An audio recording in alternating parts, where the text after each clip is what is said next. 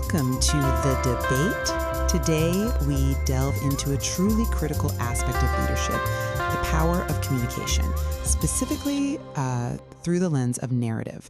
Our material makes a pretty compelling assertion about the role of storytelling in shaping success within organizations, particularly when leaders are, championing new initiatives.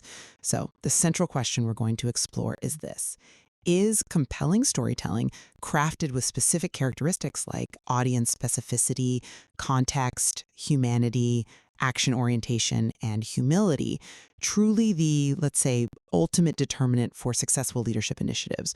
Or are its effects, while significant, maybe often overstated compared to other sort of foundational leadership elements?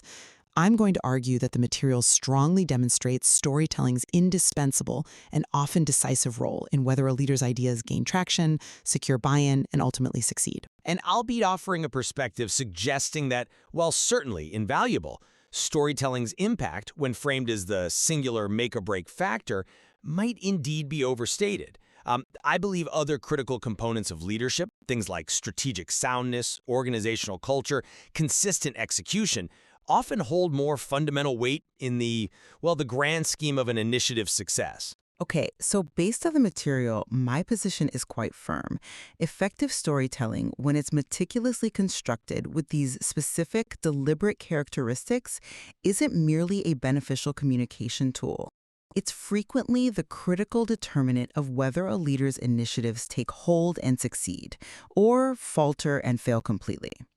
Let's consider the striking example, the one about the large enterprise client attempting to roll out objectives and key results, or OKRs. The initial announcement, described as just, a new goal-setting framework, wasn't met with enthusiasm. Not at all. It was met with outright protests and a whole barrage of concerns about evaluations and promotions. And the material explicitly states, and I find this really crucial, the problem wasn't anything inherent to the proposal. Instead, what was lacking was the executive storytelling. Now, this isn't just about a bad presentation.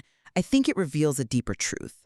A sound strategy, like adopting OKRs, is effectively, inert without a compelling narrative to activate it. The executive failed to translate a structural change into a human benefit or address the inherent anxieties bubbling up in the workforce, which fundamentally cripple the initiative right from the start. It highlights storytelling not just as an aid, but as the pivotal mechanism for building credibility and truly inspiring an audience. Without it, even the most robust idea can just wither.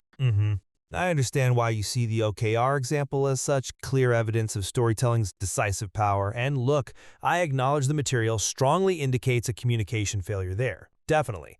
However, I have to offer a slightly different perspective. While storytelling undeniably enhances leadership communication, framing it as the ultimate determinant for initiatives is, in my view, an oversimplification. Its effectiveness, while potent, is intrinsically linked to and sometimes even overshadowed by other fundamental leadership and organizational factors that exist, irrespective of the narrative itself. The material clearly shows how poor communication doomed this specific rollout. Yes, yet it doesn't provide a counterexample where exceptional storytelling actually saved a fundamentally flawed or strategically misaligned initiative from failure. I mean, could even the most compelling narrative truly salvage a poorly conceived plan? Or one that utterly clashes with a deeply entrenched organizational culture? Credibility, to my mind, is built through consistent action, through sound strategic thinking, and critically, the delivery of genuine results over time, not solely through the telling of a story. A story, I think, more often serves to articulate and amplify credibility that's already there, rather than conjuring it out of thin air. It's a powerful amplifier, absolutely, but an amplifier needs something substantial to amplify in the first place. Right. I appreciate your focus on the foundational elements. But if a sound strategy, as you suggest, still fails because of poor communication, doesn't that inherently make the communication, the storytelling, the critical hinge? How do you reconcile a good initiative failing solely due to its articulation? The OKR example, for me, vividly illustrates precisely this point. The material doesn't suggest the OKRs themselves were flawed. It points directly, explicitly, to the storytelling deficit. If the initial communication strategy had prioritized being audience-specific, meaning, explicitly addressing the varied concerns of managers, individual contributors, veteran employees, new hires, all about evaluations and promotions, and had contextualized the change by explaining its fit within the company's broader transformation, from industrial manufacturing to a digital software-enabled entity, well, the resistance could have been significantly mitigated, perhaps even transformed into enthusiasm. The failure here wasn't the OKRs themselves, it was the inability to frame them compellingly within a resonant narrative.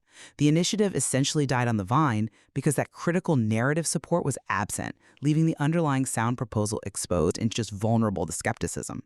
This isn't just about improvement. It feels like the difference between life and death for the initiative. Okay, I agree completely that those storytelling elements would have profoundly improved the rollout. And yeah, their absence was detrimental, but does improving a rollout or even preventing its failure automatically mean storytelling is the make or break factor in all scenarios? I'm just not quite convinced by that line of reasoning because it sort of suggests storytelling operates in a vacuum or that it possesses this almost magical power. Let's think about a scenario where, say, the company culture was deeply entrenched and fundamentally resistant to change, or if the OKR system itself was inherently complex to implement given existing, maybe inflexible structures, perhaps requiring significant, really painful shifts to established review cycles or departmental autonomy. Or, and this is critical, what if there were deep, underlying trust issues with leadership stemming from previous, badly executed initiatives? In those environments, even a perfectly crafted story might just feel like, well, like rhetoric. It's like trying to build a new house on quicksand without first stabilizing the foundation. Storytelling helps, absolutely. It provides a vital layer of understanding and engagement, but I don't think it can substitute for clear strategic necessity, proper resource allocation, or a receptive, trusting organizational environment. The material, as presented, doesn't offer enough evidence to suggest storytelling alone could consistently overcome such deep-seated systemic issues. It's a powerful tool, yes, but one that operates within a larger, often much more complex ecosystem of organizational health and strategic integrity. You raise valid points about those broader systemic issues.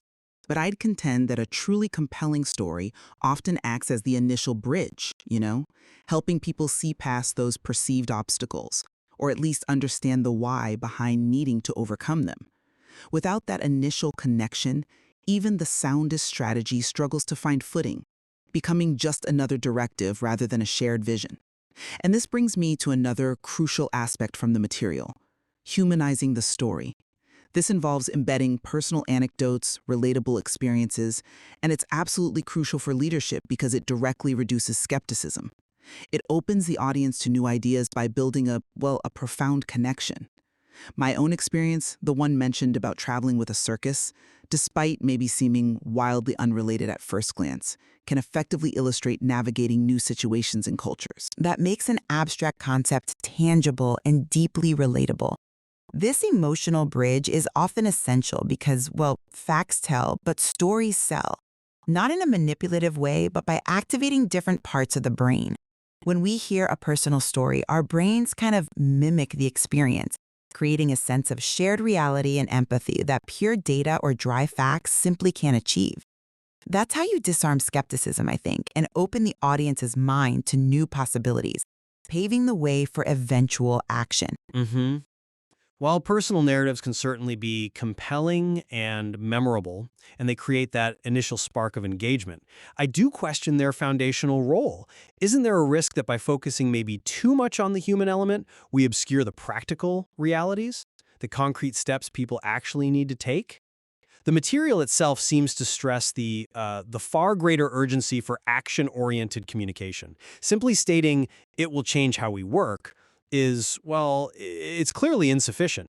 The truly critical part, in my view, is providing specific practical advice, establishing quarterly check-in dates, focusing on customer metrics like retention, empowering teams to develop their own plans backed by robust training and coaching. Right? Without this clear direction and a practical framework, a humanizing anecdote, no matter how charming or emotionally resonant, risks being perceived as just a superficial distraction from the real, tangible challenges people face. An engaging story might make people feel good, sure, or understand a concept intellectually, but it won't make an initiative succeed if it doesn't translate directly into clear, actionable steps and the resources to execute them. People need to know what to do and how to do it, far more perhaps than just how to feel about the change. I see your point about actionability, and I absolutely agree it's essential. Can't argue with that. However, I'd argue that to get people to want to act, to overcome their inertia and embrace change, you often need that human connection first. It's the emotional resonance that primes the audience for the actionable steps, making them receptive rather than resistant.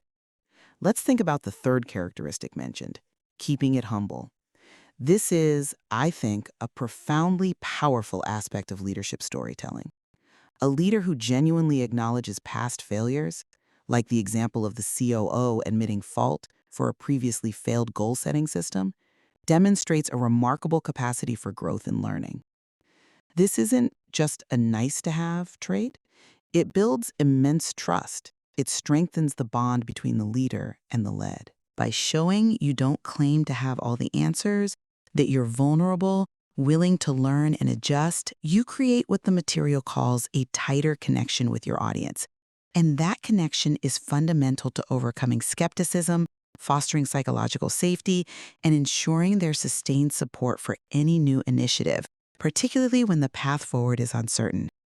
This is how resilience and true commitment are communicated through narrative, I believe, rather than just declared. It transforms a top-down directive into more of a shared journey. Okay, while the CEO's example of humility is undoubtedly powerful for illustrating how a leader can foster trust, I do remain unconvinced that it's the singular make or break factor on its own. Trust, in my experience, is forged from a much broader foundation than just acknowledging past mistakes in a story, however eloquently told it might be. It also depends critically on, well, consistent integrity in daily actions, transparent decision-making that actually withstands scrutiny, demonstrated competence in strategic leadership, and crucially, delivering on promises over time. While a humble story can certainly enhance a leader's appeal and facilitate acceptance, I don't think it can compensate for a track record of strategic missteps or inconsistent behavior, or maybe a lack of genuine commitment to the team's well-being. If a leader consistently fails to follow through, or if the strategic vision itself is fundamentally unsound, no amount of storytelling humility will sustain long-term trust or ensure the success of an initiative. It is an excellent supporting characteristic, absolutely, a nuance that deepens connection. But it's not the singular element that determines success, especially if other aspects of trust are lacking or if the strategic vision is flawed. It's a vital ingredient, sure, but certainly not the entire recipe for building enduring credibility and driving successful change. I still maintain that the material strongly underscores that how leaders frame and tell their stories specifically by making them audience-specific, contextual, human, action-oriented, and humble is not merely beneficial, but often the very factor that determines the success or failure of crucial initiatives. These characteristics are the essential tools, really, that build the necessary buy-in and commitment. They transform abstract ideas into compelling, actionable visions that resonate deeply and, importantly, overcome the natural human resistance to change. Neglecting these elements, as the OKR example so starkly illustrates, can doom even the most strategically sound plan. It's about recognizing, I think, that the greatest strategy means very little if it cannot be effectively communicated and embraced. And I would reiterate that while these 5 characteristics significantly improve communication and leadership presence, labeling storytelling as the sole make or break factor risks downplaying the equally critical roles of strategic soundness, meticulous operational planning, and consistent leadership execution. Storytelling is a powerful enhancer, yes, a crucial lever for influence and inspiration, but it is one among many elements that contribute to ultimate success. For me, the lingering question isn't if it's powerful, clearly it is, but whether it can truly stand as the singular foundation for success or if it remains, however vital, an essential layer atop a robust strategy and consistent action. A nuanced distinction, perhaps, but I think a critical one when assessing the comprehensive factors of leadership. What we can both agree on unequivocally is the undeniable value of understanding and meticulously employing these 5 characteristics to significantly improve leadership communication. The material provides invaluable insights into the mechanics of effective narrative. Absolutely. The material certainly highlights the power of storytelling. It prompts us all, I think, to reflect deeply on the nuances of how we articulate our ideas and inspire action. But whether it is the decisive factor in every single situation or an essential component within a broader, more complex system of leadership and organizational dynamics, well, that remains a point of compelling debate.